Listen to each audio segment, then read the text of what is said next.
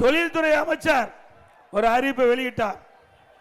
ஒரு வெற்றி காயத்தை அறிவிச்சு ஒரு வெள்ளை காயத்தை காட்டி இதுதான் வெள்ளை அறிக்கைன்னு சொல்றார். ஆக எவ்வளவு ஏத்த இருந்தா இப்படி பேசுவார்? எங்க நாட்டு மக்கள், இங்க படித்த இளைஞர்கள் இருக்கிறீங்க, நாட்டில் பல லட்சம் பேர் வேலை இல்லாம இருக்கிறாங்க.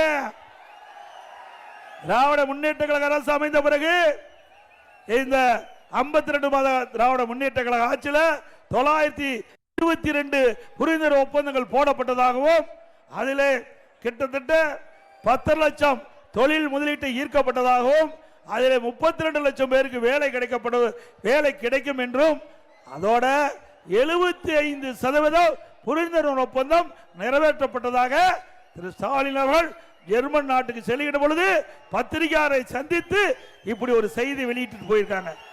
திரு ஸ்டாலின் அவர்களே, திரு தொழில்துறை அமைச்சர் டிஆர்பி ராஜா அவர்களே, இதற்கு விளக்கம் கொடுக்கப்பட வேண்டும். வெள்ளையருக்கு வேணும்ல, நீங்க தெரிஞ்சுக்க வேணும்ல. அப்படி தெரிஞ்சா தானே எவ்வளவு தொழில் வந்தது, அந்த தொழிலுடைய நிலைமை என்ன, எத்தனை தொழில் பயன்பாட்டுக்கு வந்திருக்குது, எவ்வளவு நிதி தமிழ்நாட்டுக்கு வந்திருக்குது, தொழில்துறை மூலமாக எவ்வளவு பேருக்கு வேலை கிடைத்திருக்கு என்ற விவரத்தை கேட்டா வெள்ளை காயத்தை காட்டுகிறார். திரு டிஆர்பி ராஜா அவர்களே, உங்களுடைய ஆட்சி வெற்றி விளம்பர ஆட்சி என்பதை நீங்கள் வெள்ளை காயத்தை காட்டி நிரூபித்து விட்டீர்கள். ஆக கிராமத்தில் சொல்லுவாங்க, சட்டியில் இருந்தா தானே ஆப்பில வரும். அங்க ஒண்ணுமே இல்லையே, வெள்ளை காயத்தான் காட்டி ஆகணும். உண்மைதானே? இருந்தா தானே